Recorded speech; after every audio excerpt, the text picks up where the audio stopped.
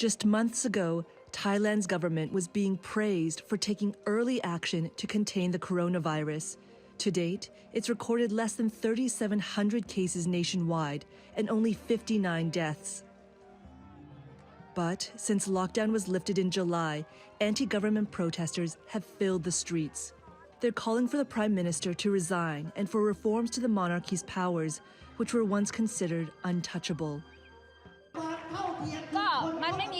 There is no equality in our country. The economy is down. We want to do something to ensure our survival. There is no future for us now. We can't even do business. I'm here because of the hardships and the frustrations. We're unemployed and we received no help from the government. Thailand is no stranger to political unrest. It has seen more military coups than almost any country in modern history. But this latest turmoil comes at a time when the economy is especially vulnerable. Southeast Asia's second largest economy saw its biggest contraction in 22 years in the second quarter of 2020. Key industries like manufacturing and trade all fell sharply. But it was tourism that took the hardest hit and could have the most difficult recovery. Last year, Thailand welcomed a record 39.8 million visitors, with the sector contributing 11.4% to GDP.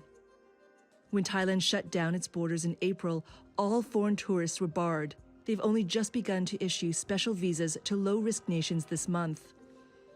The number of visitors is expected to reach just 6.7 million this year, down 83% from the previous year, and 9 million in 2021. In its latest forecast, the Bank of Thailand predicted its economy will contract by a record 7.8% this year, before growing 3.6% next year. The Thai economic recovery would take at least 2 years before returning to the pre-pandemic level and would be highly uncertain. A further decrease in the policy rate would be less effective in the current context and could increase vulnerabilities in the financial system. The limited policy space should therefore be preserved for the appropriate and most effective timing. Protesters are calling for a new government and a new constitution. The current regime has so far not budged, but whoever leads the country faces the daunting task of rebuilding not only politically, but economically. Miranda Lin, TRT World. Well, Tim Forsyth is a Professor of International Development at the London School of Economics and Political Science and is also a Thailand specialist.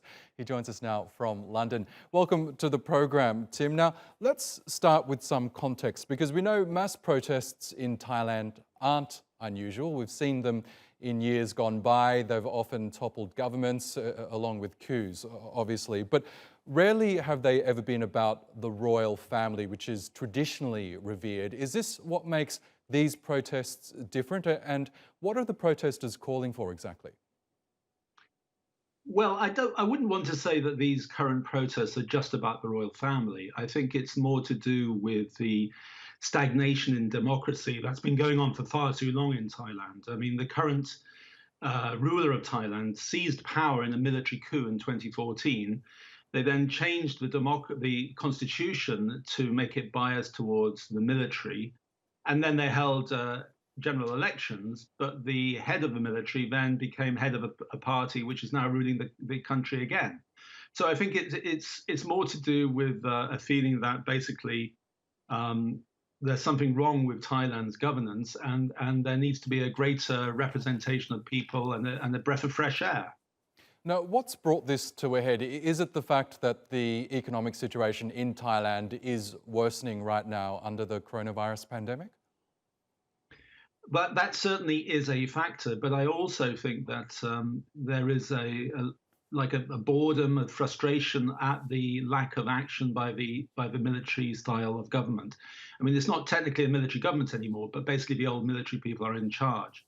I mean, you mentioned earlier the concerns about royalty. There are some people saying that the king is spending too much time in Germany, and they're worried about the influence of the king over the governance of the country. But I don't think it's just that. I think it's basically that there has been a long-term stagnation, and things at the moment are leading people to go onto the streets. Now, the Eurasia Group recently downgraded its outlook for Thailand to negative because of what it called a worsening political divide and reform outlook. Do you share the same concerns? Are you worried about Thailand's outlook? Well, there are various reasons to be concerned about a lot of countries' outputs at the moment. I mean, Thailand, of course, does have a large reliance upon tourism, as your report mentioned. There are other industries as well, like textiles. I think there's been a general decline in clothes sales, and that also affects Thailand in particular.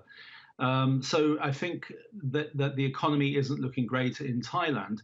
As for the political divide, well, this has been going on for a while. I'm not quite sure that this divide, which is happening at the moment, represents an increase in that political divide, but maybe it's a reminder that the political divide isn't going away.